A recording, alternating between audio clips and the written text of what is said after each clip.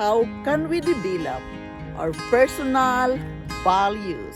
Hello guys, welcome to Yundel channel, and today I am sharing with you some thoughts again from my own reading and from my own life experience. Life has never been easy, but if we are mindful enough what we want to do with our life, what we want to change with our life, we are going to start identifying our values. This is my share with you today.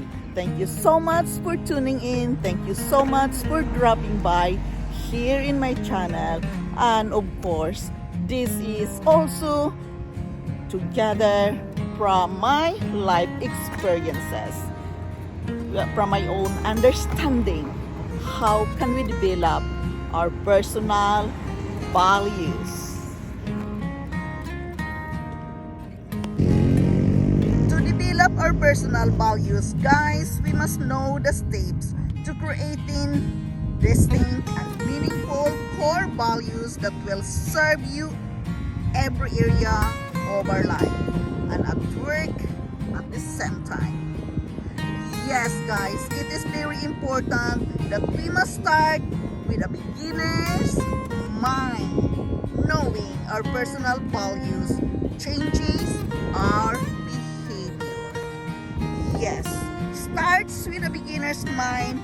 Take a deep breath and empty our mind. Again, breathing in and out is very important when we are going to work with our mindset. Take a deep breath and empty your mind. Remember that our conscious mind doesn't have all the answers. Create a space for new insights and revelation to emerge, getting in the right mental and emotional state of mind. Yes, guys, it is very important to create a space for new insights and revelation to emerge. Getting in the right mental and emotional state is an essential first step. We create our values. Why? Yes, this is very important that we must know why we are going to create our personal values. It is because aren't selected, we discover them and rebel them with our, with our feelings. How can we show it to others, and of course to yourself? How can you respect your own personal values? If we start with a list, guys, it is very important.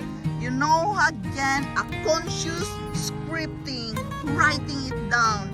It's very important to develop our personal values. Yes, guys, we must be mindful that our values appear better than others. We must chunk our personal values into related groups. We must group these values under related themes. Again, we are going to name our values, what you are going to do with it, so you are aware of what you are going to change and what you are going to develop. Values like learning, growth, and development relate to each other. You are going to name it, to grade it, so you know how you can manage and develop it one by one. Guys, it is very important that we must highlight the central theme of its values group. If we have a group of values that is like, for example, includes honesty, integrity, directness, and truth, select a word that best represents to its group. It is very important that you can acknowledge what group it belongs for its guys, we must learn to determine our top personal core values by asking questions to ourselves. Yes, there we are again. We must learn to ask questions to ourselves. What values represent our primary way of being? Because as a unique individual, we possess certain strengths and weaknesses. It is a part of our personality. We must give our personal values a richer content. Yes, by highlighting values into a memorable phrases or sentences, help us articulate the meaning behind its values.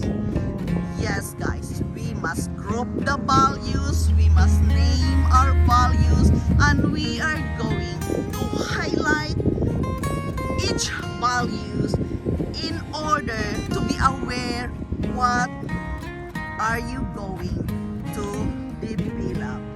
It is very important, guys, that we all know all these things, what kind of values you are going to develop first. Using inspiring words and vocabulary. It is very important because our brains are quick to delete or ignore the mundane and a commonplace. Mindful words that evoke and trigger emotional responses. They will be more meaningful and memorable when you are aware what kind of value it is. Make our value a statement rich and meaningful to us, so they inspire us to uphold them. We must test the ecology of its values by knowing how we feel in this matter. Asking questions to ourselves is very important. We must ask, do we feel they're consistent with who we are? You know who you are.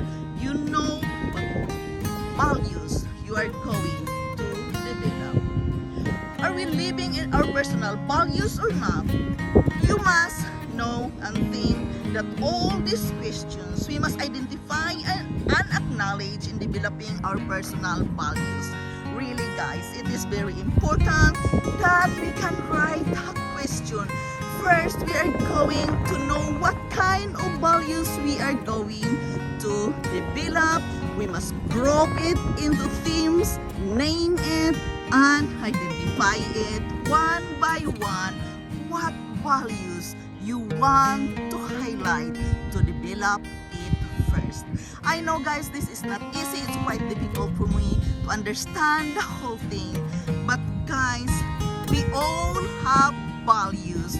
Therefore, it is very important that we are aware about it and we know how to develop our personal values, because it is about respecting yourself, what you really want in your life. As we all know, guys, we all have values. We must just learn to develop it. We must learn to identify it by knowing really who you are, what you want with your life, what you are going to share to others, what values you want to highlight in order to be and help to other person, especially to our family and loved ones. Guys, this is my share with you today. How to develop our personal values. Begin to write it down one by one, identify it, group it, name it, and of course, highlight what is the most important value you want to develop. It is about your life.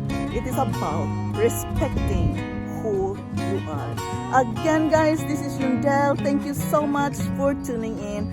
Again, I am forever grateful to each and every one of you. Thank you, thank you, thank you for your love, care, and support, and for tuning in here in my channel. Thank you so much, guys, and I love you all, and bye-bye.